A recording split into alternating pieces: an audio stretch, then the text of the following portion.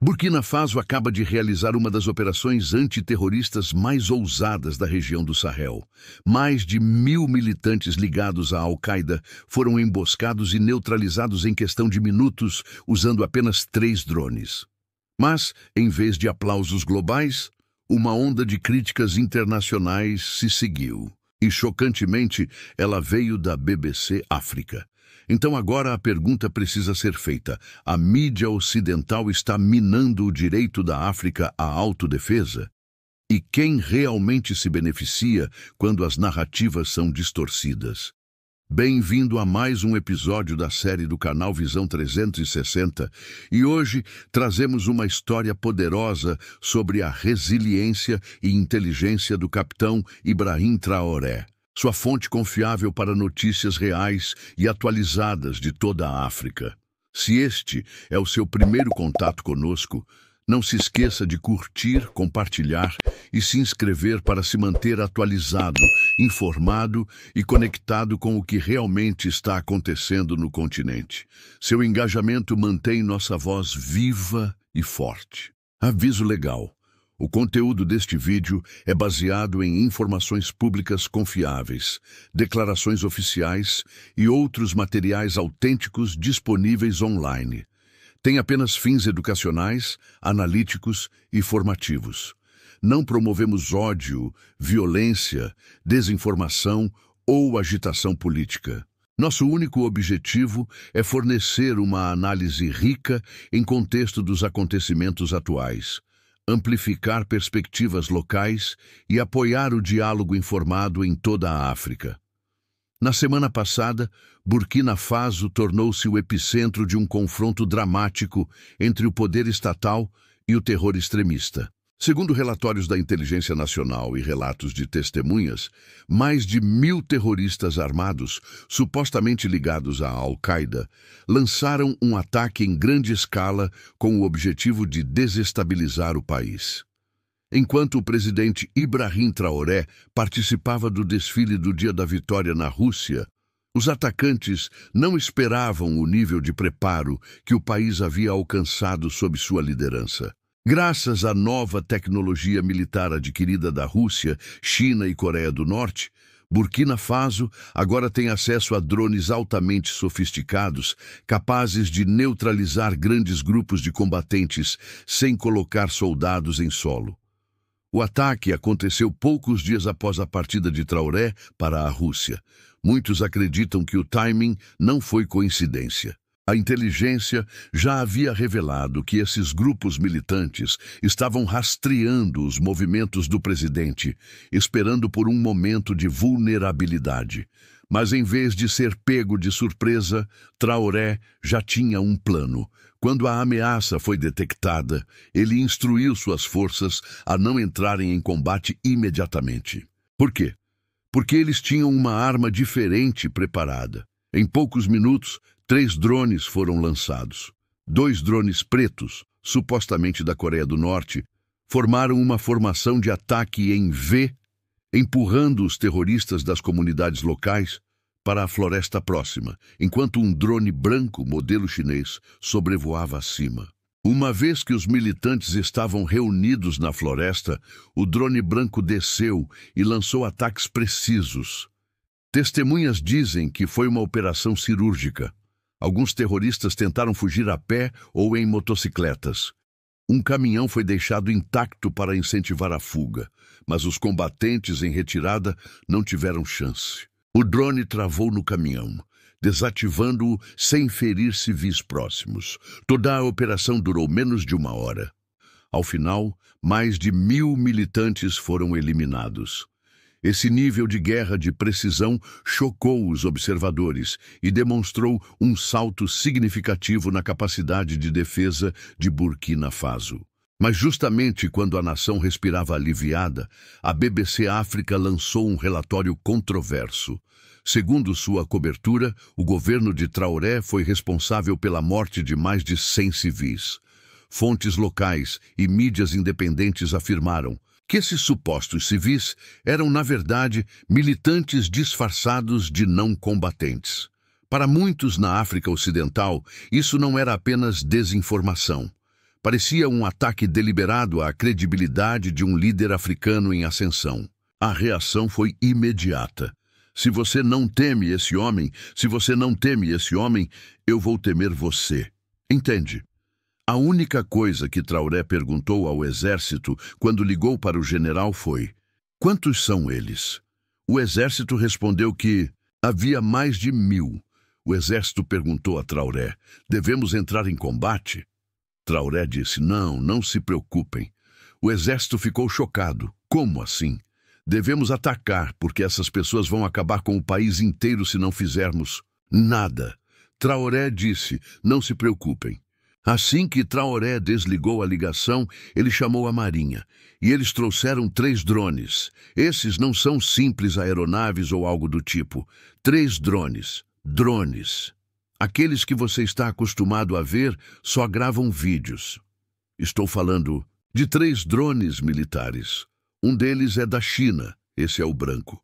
Os outros 2 são da Coreia do Norte. São pretos. Chamam-no de Rei da Beleza. Entende? O branco, eles o colocaram alto no céu. Enquanto os drones da Coreia do Norte, os reis da maldade, vieram por baixo. O drone chinês ficou suspenso no ar. Então, os 2 drones pretos formaram um V quando se aproximaram dos terroristas e começaram a disparar. Todos os terroristas ficaram mentalmente incapacitados. A função dos drones pretos era garantir que empurrassem todos os terroristas das comunidades e vilarejos para dentro da floresta. Entende? Todos os terroristas ficaram mentalmente abalados. Todos correram para a floresta pensando que tinham escapado. Foi então que o drone branco desceu. Desceu e ficou suspenso. Entende? O que ouvimos foi: prrr. Não há para onde correr. Não há como fugir. Deixe-me explicar. Esses drones foram controlados por este homem, Traoré, no conforto de seu escritório, sentado, assistindo a tudo como se fosse televisão. Então, depois de terem eliminado todos os terroristas, se voltaram para aquele caminhão específico, subiram e sabem o que fizeram? Atiraram uma bomba. Eles poderiam ter acabado com todos ali, mas escolheram atingir apenas o caminhão. Tudo explodiu. O homem que o dirigia, um terrorista, saiu correndo. Em 12 de maio de 2025, a BBC News informou que pelo menos 130 civis foram mortos pelas forças do governo de Burkina Faso e milícias aliadas em março, perto da cidade de Solenzo, segundo um novo relatório da Human Rights Watch. O relatório afirma que o massacre, após uma operação conduzida pelas forças especiais burkinenses, resultou em mortes generalizadas de civis e deslocamento do grupo étnico Fulas. Os Fulas são uma comunidade pastoralista, em sua maioria muçulmana, que o governo muitas vezes acusa de apoiar militantes islamistas, uma alegação negada pelos líderes da comunidade, segundo a BBC. A estação BBC referiu que não conseguiu confirmar esses relatos, e as autoridades não costumam comentar sobre ataques jihadistas. A BBC entrou em contato com o governo de Burkina Faso para comentar o relatório da Human Rights Watch, declarou a BBC News. Por todo Burkina Faso e boa parte da África, os jovens ficaram furiosos. Nas redes sociais, usuários começaram a chamar por boicotes à BBC África. Muitos acusaram a mídia ocidental de tentar desacreditar a liderança africana sempre que possível. Alguns comentaristas apontaram um padrão preocupante. Quando nações ocidentais realizam ataques com drones que causam vítimas, são chamados de operações militares. Mas quando uma nação africana se defende, de repente é uma violação de direitos humanos. Vários analistas políticos africanos sugeriram que a crítica não é sobre direitos humanos, mas sobre controle. À medida que mais líderes africanos se voltam para o leste em busca de alianças com Rússia, China e outros poderes não ocidentais, as narrativas da mídia parecem estar mudando para deslegitimar esses movimentos. O governo de Burkina Faso rejeitou firmemente as alegações da BBC. Em uma declaração oficial, reafirmou que nenhum civil foi alvo e que a operação foi baseada em inteligência confiável e tecnologia avançada de vigilância. Também insinuaram interferência estrangeira com o objetivo de desestabilizar a nação enquanto o presidente estava no exterior.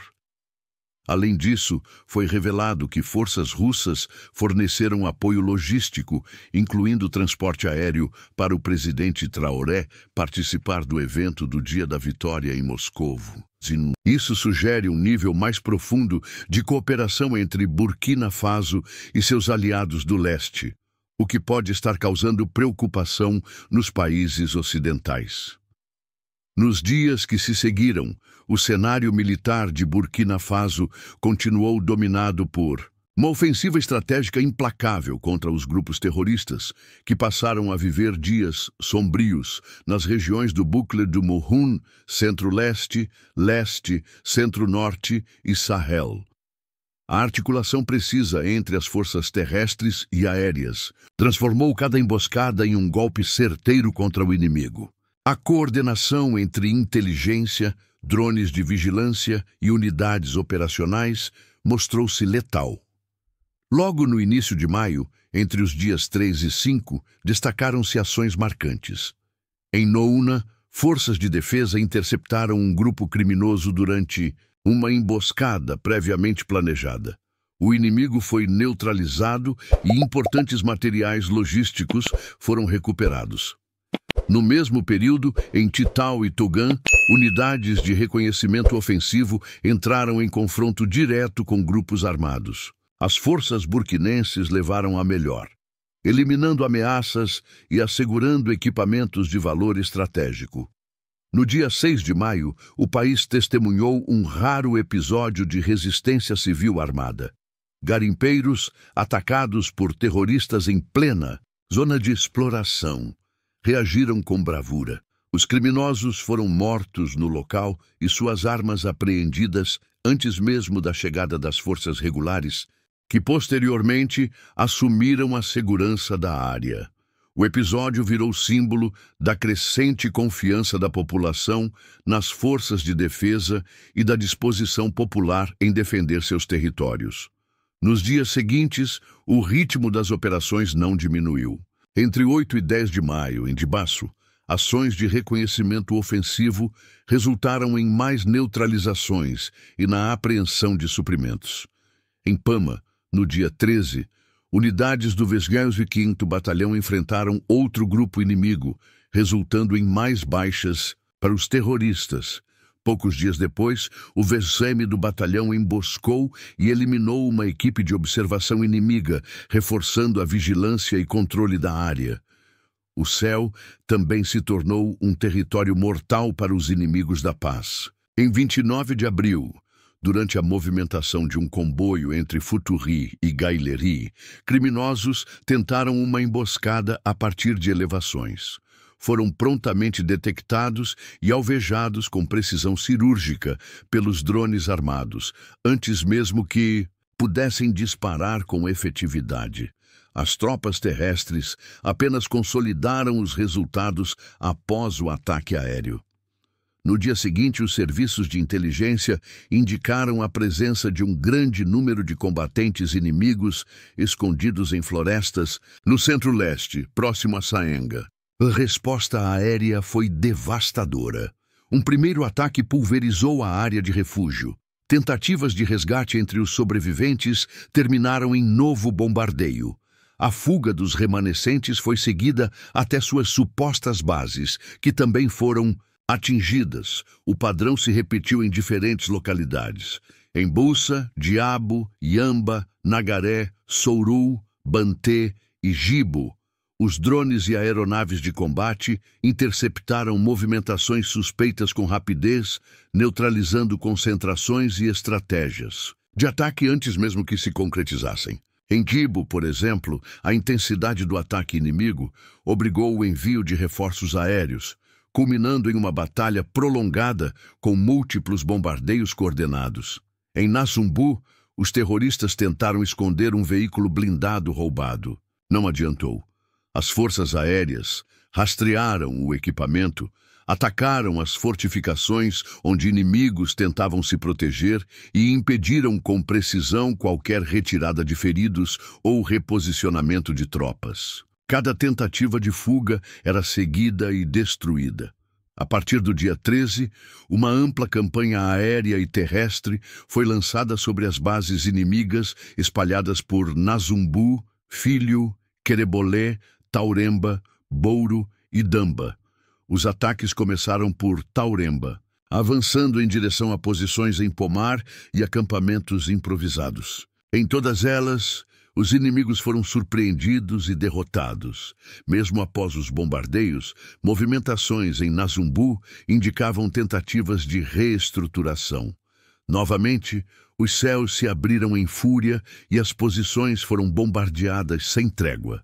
Em Silmangu e Kossogé, criminosos escondidos sob árvores foram detectados por sensores térmicos. Pensando estar a salvo, relaxaram à noite e se tornaram alvos fáceis de mísseis guiados. Enquanto isso, o 21º e o 12º Regimento realizavam manobras na zona de Soleil. Ao identificarem uma emboscada em preparação, alertaram a força aérea. O ataque coordenado resultou na eliminação de um dos chefes inimigos, seguido até uma base terrorista secreta. Antes que pedisse reforços, foi atingido por um míssil. A base foi completamente bombardeada. Finalmente, em 13 de maio, os relatórios de inteligência indicaram que terroristas estavam planejando ataques entre Befura e a fronteira com a Costa do Marfim, a partir da floresta de Dida. Em resposta, foi lançada a Operação Turbilhon R3, liderada pelo 2º Agrupamento de Intervenção Rápida com apoio aéreo total. A ofensiva iniciou com o lançamento de um míssil de abertura, dando início a uma nova fase de limpeza estratégica. Esse período ficará marcado na história recente de Burkina Faso como a fase da virada militar. A combinação entre coragem no solo, precisão no céu e eficiência da inteligência mostrou que os terroristas já não têm espaço, nem em florestas, nem em aldeias, nem em seus esconderijos secretos. O povo burkinense, liderado por suas forças armadas e com o apoio dos VDPs, mostra ao mundo que a soberania africana não será conquistada por meio da opressão nem do medo, mas pela resistência organizada, pelo sacrifício e pela vitória coletiva. Apoie você ou critique Traoré. Uma coisa é certa, a batalha pela narrativa da África já começou. E ela não é travada apenas com balas ou drones, mas com manchetes e hashtags. Então a pergunta agora é: isso foi um ato necessário, de defesa nacional ou um perigoso passo rumo ao autoritarismo militar? A mídia internacional está realmente preocupada com os direitos humanos ou está apenas desconfortável com uma África que escolhe seus próprios aliados? Queremos ouvir sua opinião. Você acha que Traoré tomou a decisão certa ou as críticas da BBC África são justificadas? Deixe sua opinião nos comentários abaixo. E não se esqueça de se inscrever no canal Visão 360 para mais atualizações de última hora, análises ousadas e histórias autênticas do Sahel e além. Até a próxima!